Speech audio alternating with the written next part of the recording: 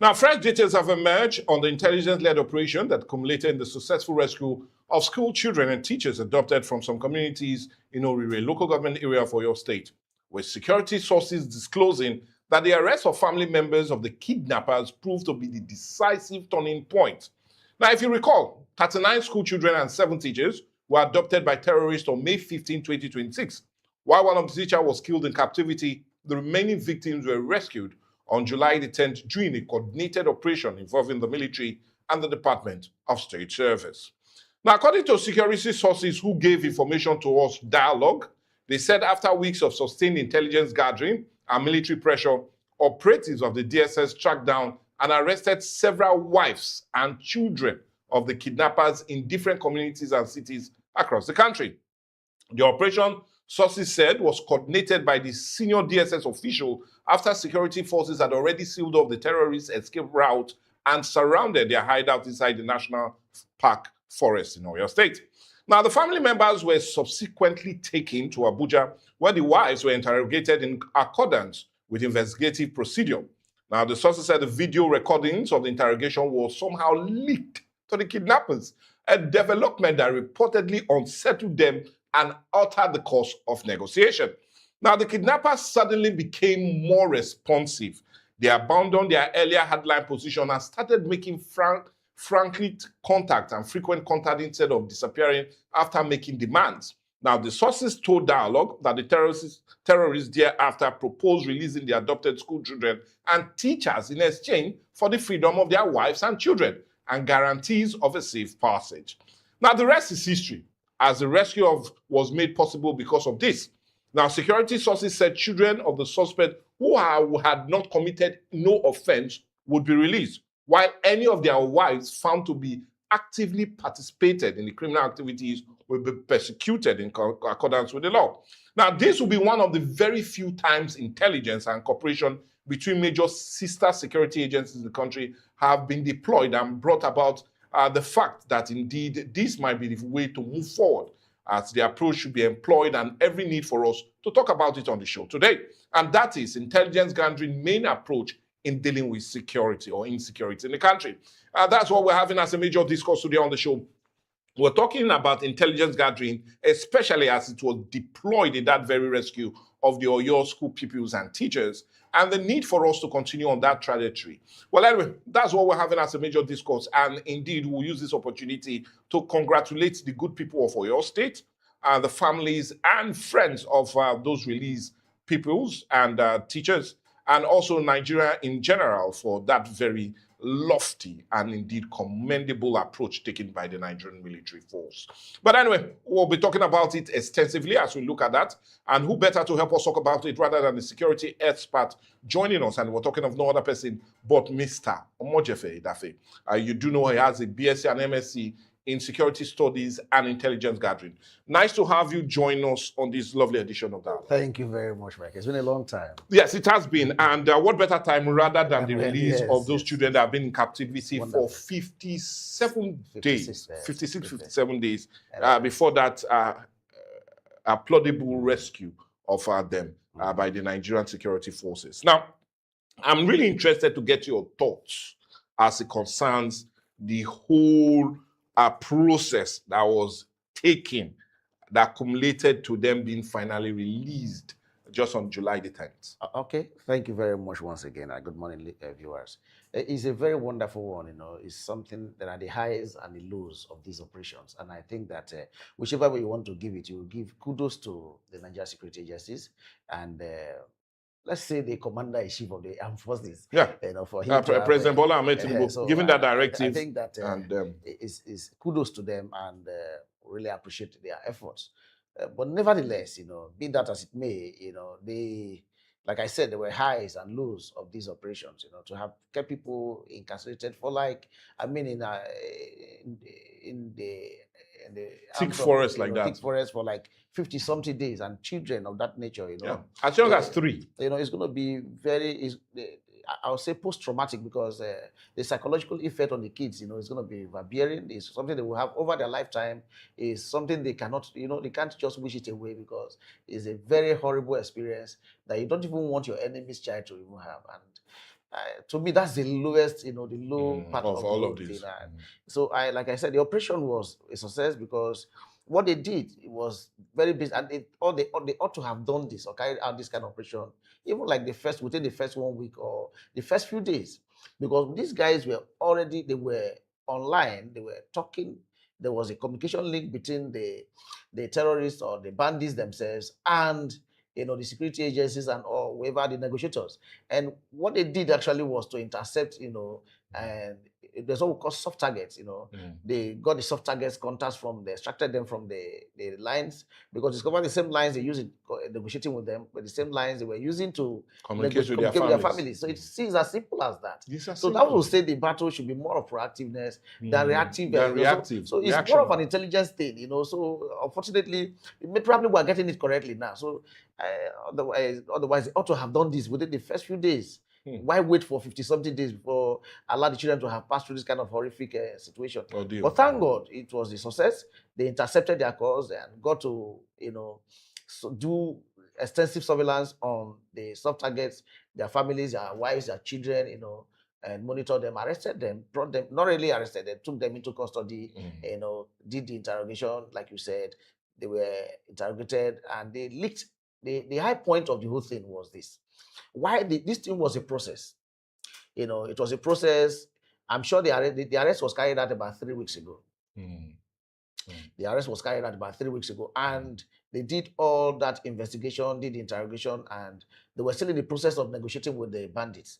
And so the bandits had a very hard line. They posted a very hard line. So what they did was to technically leak some of the videos, to the terror. So that made them soften the approach. So that was a serious pressure. And I think that for me, it's really the reason why you discovered that there wasn't much casualty in this operation was basically because of that. Because you understand that, okay, our wards, are being held in captivity. The state has our wives and our children, under captivity. So whatever we do, and so they created, okay, let's say the route that will be taken out, okay, safe passage for us and a safe passage for these people. We will release them, but all you need to do is give us a safe passage out of this. And to me, I think that you don't bite too much and expect, because for you to have held the country to ransom for 50-something days is not something that you want to, no matter what happens thereafter. I'm sure that they will all be brought to book, and I'm very, very positive about that. Well, anyway, talking about positive about it, and we'll be giving you first-hand information. What we do know is about 8 of those terrorists were neutralized and 7 have been arrested and are helping to get more details about the criminal network of this very group. And we do know it's the Ansaru group, the Ansari group that is responsible for this. That's the information security intelligence we're having at the moment. They are the ones responsible. Now, let's come back to all of it. Now, this will be one of the first time we did not budge to the terrorist demand. I think it was basically because Mr. President must have thought it wise. Like we always say, give it as it is. The act of terror is to instill fear.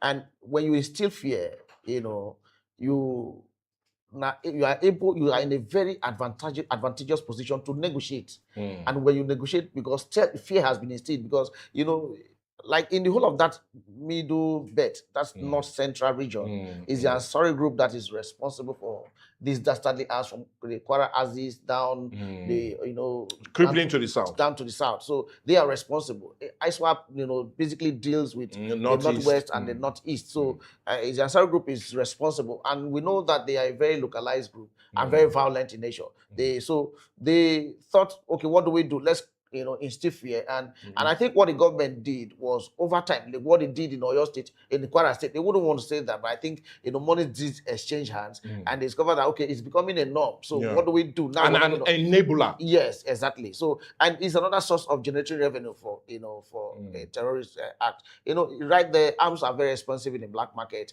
and they know that if we don't do this, we'll keep on, budging, we'll keep on, we'll become the rhetoric will be increased. So what the government wanted to do was to keep deaf ears to the cries, the pleas, and all that. So because they had their plans, mapped out. So, to me, that's why I said it's the high point of the whole thing. The government did not budge. They stood their grounds. They knew what they wanted from the beginning, and they went in, and they were able to decimate those it did, and they rescued the people. And to me, that's kudos to Mr. President. Now, do you see us going through this route in an other push to get more persons released? Because you do know, just during the weekend, when news filtered in that these people have been released, the Northern Elders Forum came up to say, oh, President Bola Ahmed Tinubu, the approach you use in dealing with this, deal the same with those children that were also kidnapped on that very same day, May 15th in Borno State. Those children that were writing WAEC that were also kidnapped just last week. Those are also in captivity. We have more than 300 and something persons still in captivity. They want them to replicate this same move in dealing and answering to the terrorists in decisive way.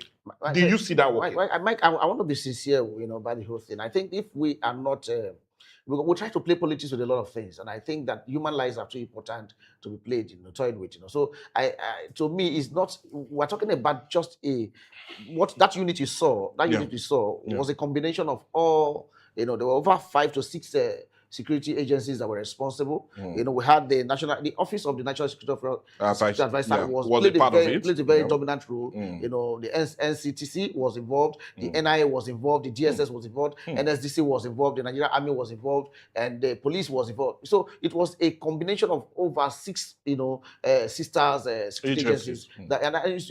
I feel like that is something that it needs to be, to replicate around the entire, even the one that happened in the Sokoto State, some couple of days ago. These are things, and the signal Mr. President sent out, or rather the federal government at the center sent out, is that we're no longer at ease. We're not going to, and I saw Mr. President's statement this morning on X, and he said it is no longer business as usual for bandits and any criminal element in the Federal Republic of Nigeria, and that is the way to be going, the route to do it. And I think, to me, it's a plus. Do you know this in every way supports your initial stand? Yes. Of lack of political will to yes. I've always said it's a political will, and like these external interest that comes in and say, okay, these are our people, these are things, let's deal with them using the carrots, and so to me, so I feel like this is the route to go. This is the best, and it will discourage the elements, from indulging in this kind of act anymore.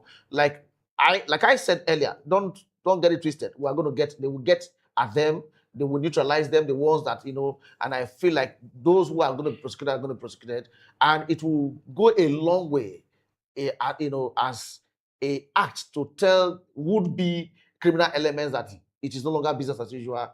The business has failed. Because like I said, it's strictly for the economic gains that these elements will not, it's so very, very lucrative. And it would be recruits. They see it as a venture out. Venture out of poverty, venture out of every out of poverty and all that. So they see it as a way out of poverty and all that. So I think it's a wonderful one. It's a wonderful route, and it's something that the government should hinge on, build on it, and take advantage of it, lever on it, take advantage of it for now, because as it is now, we are still celebrating that. We're still in that celebration mood, and take advantage of it and be able to launch similar approach, because it's simple.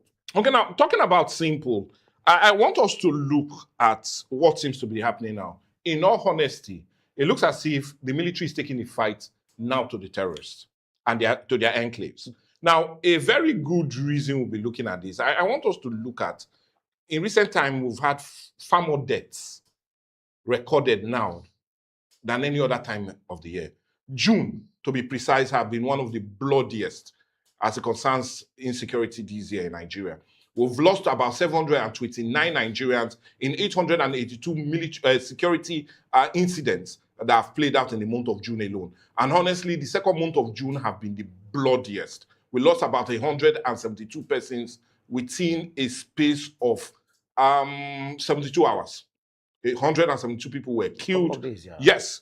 We're talking about the second week of June. Between on the 8th to on the 11th was the most bloodiest we've ever had this year alone in Nigeria. And not only that, because we got security report from Siri Global Security Review. It's right here on our tables on Atlantic TV and Dialogue. So we are giving this first-hand information so that you can also know. Now, my question now, centered on this very report, indicates the growing number of attacks. But it is also right we state this. that 274 terrorists were neutralized within this short Absolutely. period, Absolutely. which is more of a success to the Nigerian military. But my question is, why is it more bloody? Definitely. Now, Definitely. why? Yes, that was the globally. If you look at the index, like we just wrote it out. If you look at the index, it's a global index. It takes a trend. Once you take the battle to the terrorists, what they do, they fight back. And the only way to fight, like I said earlier, their act is to instill fear and to make people feel like, okay, live in palpable fear and feel like, okay, the government is not in charge. We are in charge. And so whatever we're doing, I can tell you a whole lot is happening behind the scene. Unfortunately, I know that the American they're out. The reason why they're out is that for as far as they're concerned, they have been able to decimate ISWAP. ISWAP does not Especially have, the second in command that was killed. they don't have that bite anymore. And if you look at what happened just a couple of days ago in Borno State, I think that was yesterday or so. I think that was Saturday night, where they wanted to go and infiltrate a medical camp. And be able to get some cholera drugs. Cholera medical. So and all that, it tells you they are frantically, striving like a drowning man, looking for what to hold on to and all that. So a lot is happening behind the scenes that I think that will end up being a gain for Nigeria. So whatever is happening is basically because they are losing the battle. They are losing this basically, and that's the line. That's the linear.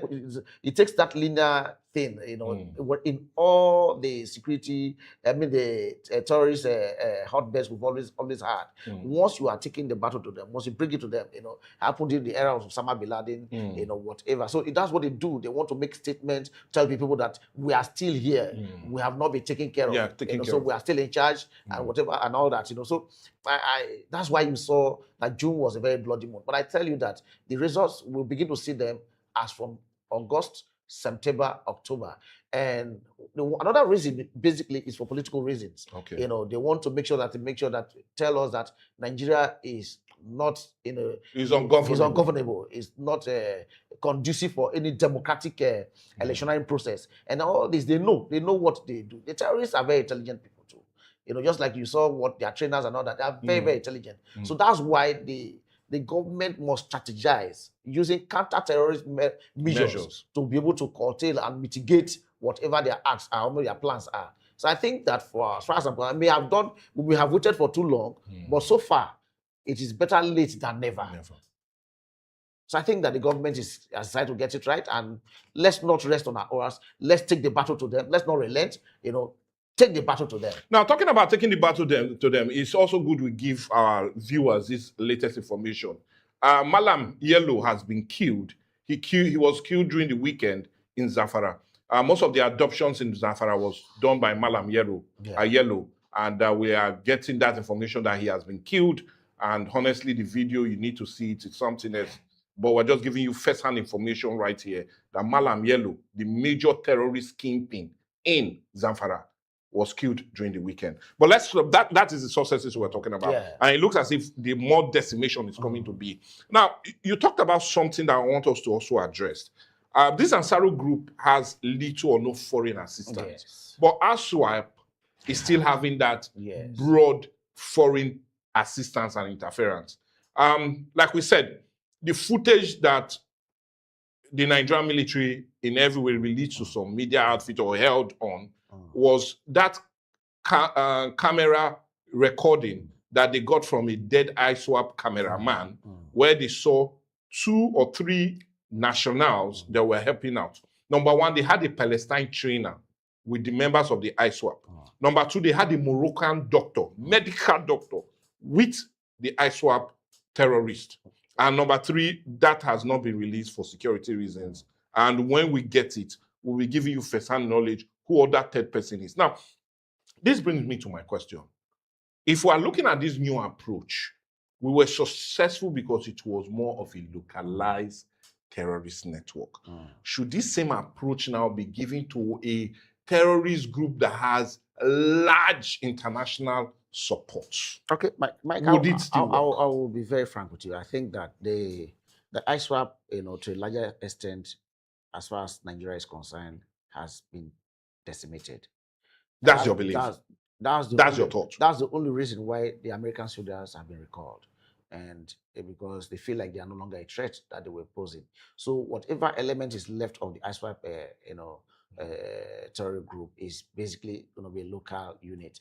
The international thing has been severed, and that's why you can see the desperation in trying to go and get vaccines for cholera. And these are things that would have ordinarily come from the international. Well, sorry to cut you short. We even got information. We don't know how true it is. You're always in the public and international community.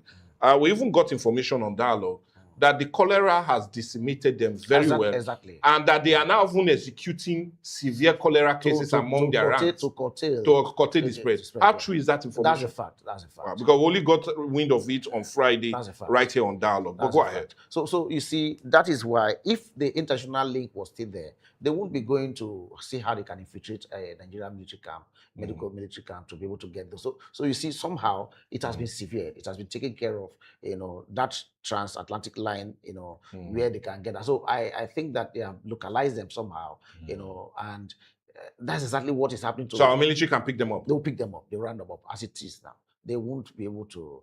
That's what I'm saying. Let's take advantage of the gains we have, build on it and go full blown. Let it be a full bridge. Go against the Lakawas, go against the Asaro group, go against the ISWAP, go against Boko Haram, all these groups, so that from all fronts we'll tackle them. And before you know it, we'll be able to restore peace even before the electionary process. Okay, now we're still talking about restoring peace because that's where I want us to go. The reason we had this huge gain, first, and one that you said we're in fury of celebration on it, is because intelligence gathering was used in dealing with it. I know you're an advocate of modern technology, and we're happy President Bola Ahmed Tinubu promised us last week that it's going to be more technology for the Nigerian army going forward. We're happy about that.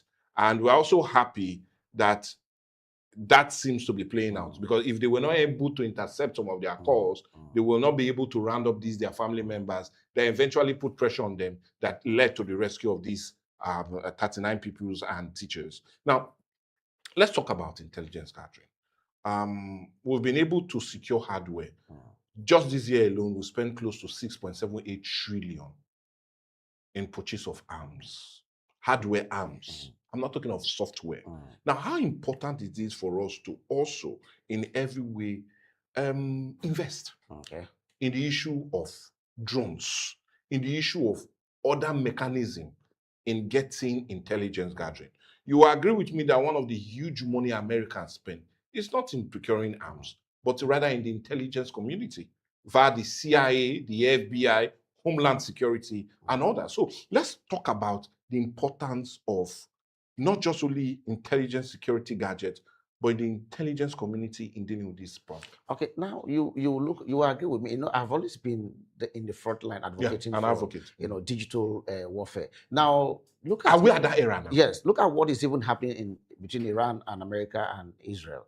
You understand? Even presently, I can tell you, for instance, there were serious missile attacks in Qatar, Bahrain, and Jordan, and Kuwait, and Jordan, and these things were done by Iran. You imagine how Iran will be able to handle the war in all the fronts, and no. You won't hear of a military personnel that you saw. So it's strictly a digital warfare. There are surveillance drones, there are surveillance, there are even geospatial images, you see through GPRS and all that. And I think that's what, have you not seen the influence of, like you see the line of terrorists moving at that large number and the way they move. And you begin to wonder, ask yourself, what is the Nigerian government doing? If we have surveillance drones, if we have geospatial images of whatever, if we're monitoring them seriously, you'll be able to know how to deploy combat drones and be able to take them out at their numbers. And I think that's what the government should be thinking about, because to me, I don't think they are even as intelligent as we think they are, because moving with that kind of large number, and they have gadgets that you can trace, the gadgets that have GPRS that can be able to use them, and they communicate with people all the time. They use them, they post, you see them on TikTok, you see them on, so they can be able to trace them. Their IP locations are easily readable. So once you get them and you discover that they are moving, if they have no because we'll be afraid of collateral damage. Maybe they have some kidnapped persons, human shield. So they use them as human shields. But if there are no such situations and they are on transit, you can easily decimate them, get to know their locations, and deploy combat drones. This is as simple as anything. So I think that, like Mr. President has promised, let's take advantage of these things. Let's work with digital, it's a digital warfare. Let's take this battle to them, employing,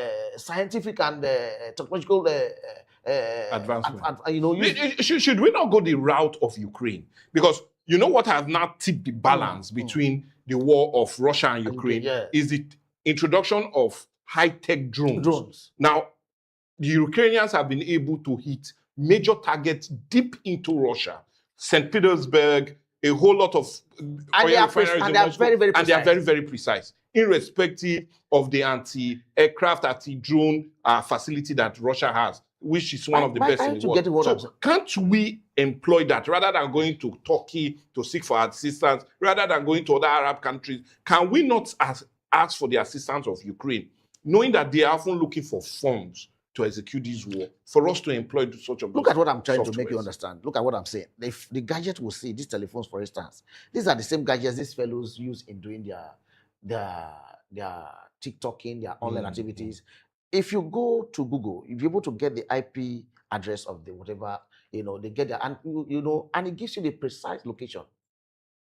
Once you're able to get that, there are informations, the GPS location that will tell you the precise location of where the gadget is. It definitely, if I'm using this gadget is going to be with me. And these are the technologies that Israel use in taking, carrying out assassination attempts against the Iranians. Yeah. The top Iranian, so all these are things they use. So we can take advantage, and we have Nigerians who are very knowledgeable with these things. They're in various stratas, and we can employ them, get them in. The government should do more than talk. It's not all about policy.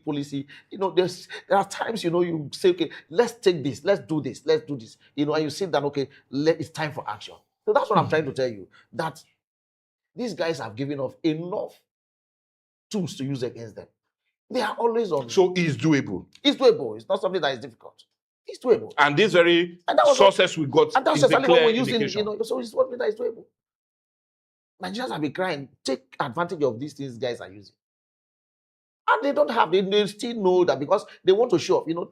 Terrorists want to show off. Like I said, to instill fear, to make people feel like, okay, we are in charge. And they show it off. And by so doing, they are implicating themselves, putting themselves in, harm's way.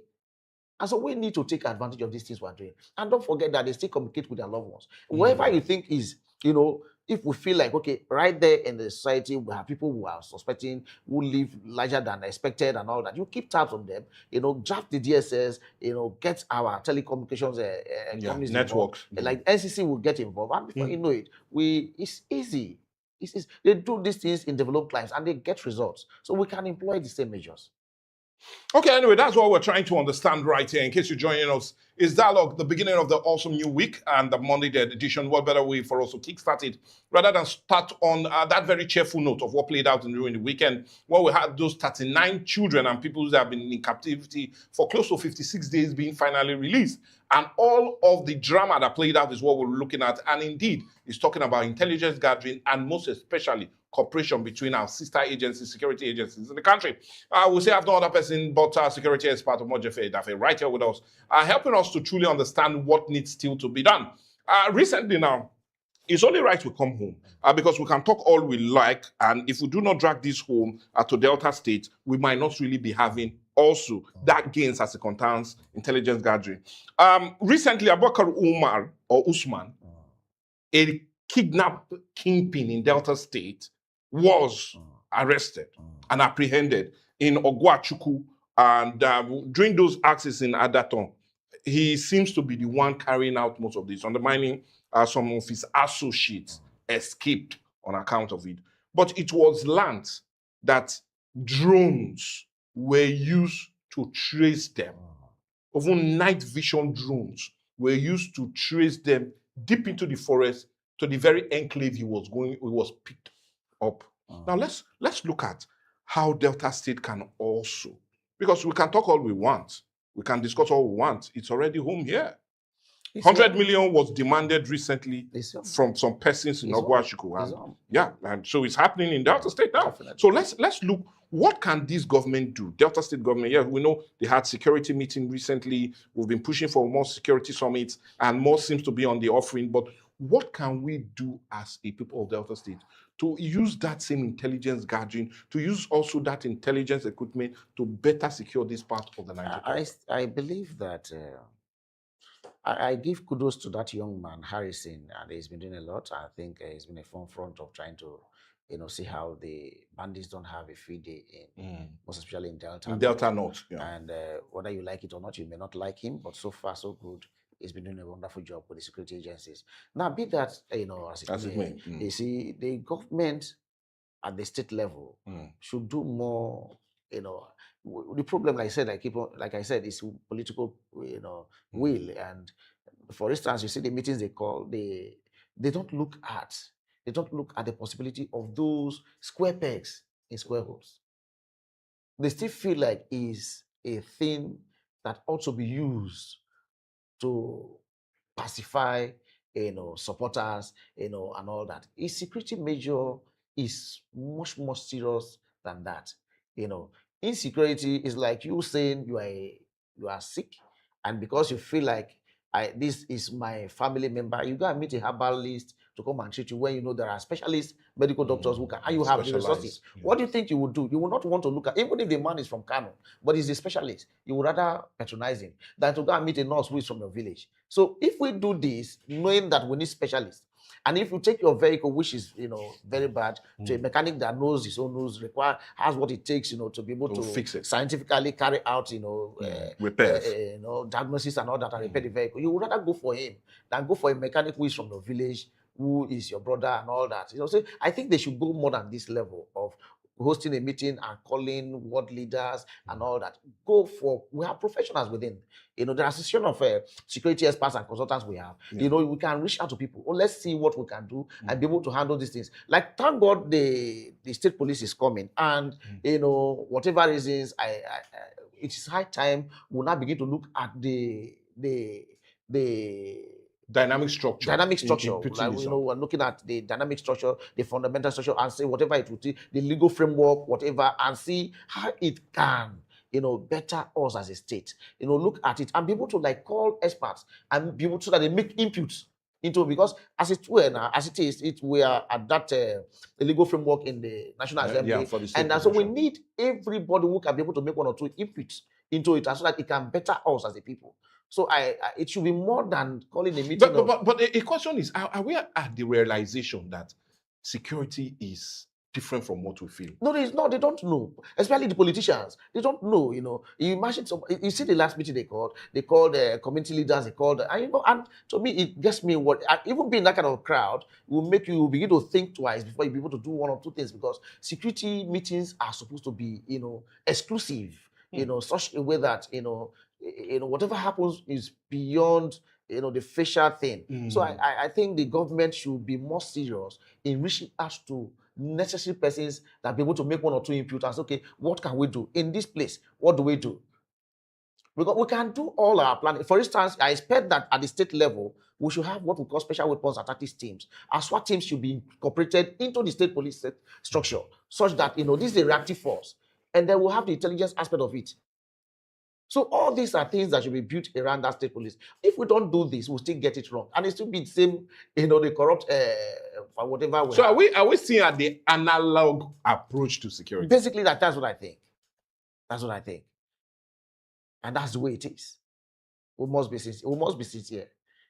So I think that we should do more than just political jamboree, like I see this, and do the needful. Get the civil societies that are involved in security, get security consultants, I was expecting, we got a security consultant from Israel, got from America and all that, so that we can sit down somewhere and deliberate and be able to think of how we can infuse this into our system. But eventually it works, So that's my take, and I think they are so far away from it, the state government. Well, anyway, our discussion will not be complete if we do not look at the issue of collaboration. Collaboration was a major reason we had these sources. Yeah. Just like what we said, we had a whole lot of security agencies coming in together to solve this. We do know we had the NIA, we had the NSA, we had the NSCDC, we had the Nigerian Army, Nigerian Police, everybody was incorporated into solving and dealing with this issue of the Oyo school kidnap. And a clear indication of this is the issue of the Nigerian army attacking them 3 days before that rescue made them exhaust their arms. Now, if you take your mind back, this is strictly intelligence, and we'll be revealing it here on Dialogue. Now, if you take your mind back to what transpired with the death of the former spokesman of the Nigerian army, Rabiu, that his wife was finally rescued, the DSS told the Nigerian army to go in immediately, but they delayed. They wanted to wait a bit to see if negotiations will eventually get the release of both the husband and wife. But at the end, it did not play as they thought. Rabi died of some medical complication on account of that very kidnap. So the Nigerian army now to take the DSS approach and advice in this. Now, this is a clear indication of how cooperation works in bringing out a positive result. What's your take? What's your thought? What's your advice to our sister security agencies on a need of total cooperation? Because we do know we have the Homeland Security. Do you see that as a reason we're not having all of them wanting to work under one umbrella? I think so. I think they should close ranks, and it will be more of a win-win situation for all the security agencies, because when you think that you are more superior than this and all that, you won't be able to make any headway. Because I want to make sure that I have the entire credit for whatever happens, and this one wants to have the entire credit. At the end of the day, you discover that whatever happens is we can't get it. So, but if they close ranks, it will be a win-win situation for us, and the insecurity, as we'll see today, no distance time will be a thing of the past. You can't totally eliminate it, but at least we'll bring it to its barest minimal level. So being in the security community, do you feel there was a lack of cooperation, lack of coordination between the security agencies? That's why we've had rare successes as a concern. It has always been. I think that's why Mr. President had to bring in the Homeland Security Department, and so far I think that, but I didn't hear of the measurement. People didn't mention the involvement of the Homeland, but I think they would definitely play a role that is not on the surface. But I understand that the Office of the ONSA was involved, where we have the counter-terrorism unit. They were involved as well. So I think a whole lot of things needs to be done, and they should keep this collaboration and build on it and be able to, because the gains is to everybody. Everybody is not sharing the gains. Everybody is not being appreciated, and all that. So it's not one finger can't take a likes out the head. So you use, the more the merrier. We use a collaboration. It's done everywhere. Globally, it's basically, we collaborate and we're able to achieve whatever we want to achieve. Because there is something about the security industry. Let's say, for instance, the DSS, like you did mention, the state security personnel, they have absolute intelligence network, which is their is a basic, playground. But sorry to cut you short. Do we have enough intelligence in your own understanding? We do. So we're not bereaved of it. We are not having less of it. No, we have. Let me come this way. We have the NIA. Don't forget. But I understand they deal with foreign, but localized. We have the NSDC, even their own intelligence arm. We have the State Security Service. We have the Defense Military Intelligence, and we have even the Nigeria Police Force. We have intelligence units. So they all work. If they collaborate, I'm sure that we would have these things would no longer be a menace to us. Well, anyway, I feel it will be more of having more of these huge successes that will definitely boost the morale of these security agencies in wanting to do their job. Kudos to them, definitely. Kudos to the security agencies. Well, I appreciate them. They did very well. Well, anyway, and we also do know, undermining, we're sending kudos. It's also right we send our condolences. Condolences to those. Because we learned that some security agencies or military persons paid the ultimate price. Felix Isaac, I think, lost his life, yes, from Adamawa State. He's from Yola, from Guruk local government area in Yola in Adamawa State. So condolences to his entire family. Condolences to his family and also to the Nigerian military for losing such a very fine officer in the line of duty, our heart goes out to the family and to the Nigerian Army. Do take our appreciation and condolence. But bigger appreciation will come to you also for taking your time and doing this with us. The best way to kickstart the week. Talking on that huge success that was recorded and the need to build, like you said, build on it to get more gains. And we're talking of the other person. But a security expert, Mojefe Dafe, for taking his time and being right here in the studio with us and doing this. Undermine your tight schedule. I know you have a meeting pretty soon, but you needed to give your insights and also your own views as it concerns moving forward when it comes it's to always nice being with you. Thank you very much. Thank you so much for honoring our invitation. And anyway, you do know I always emphasize that the discussion does not end here. Let's get your reactions, comments, and contribution as it concerns what needs to be done.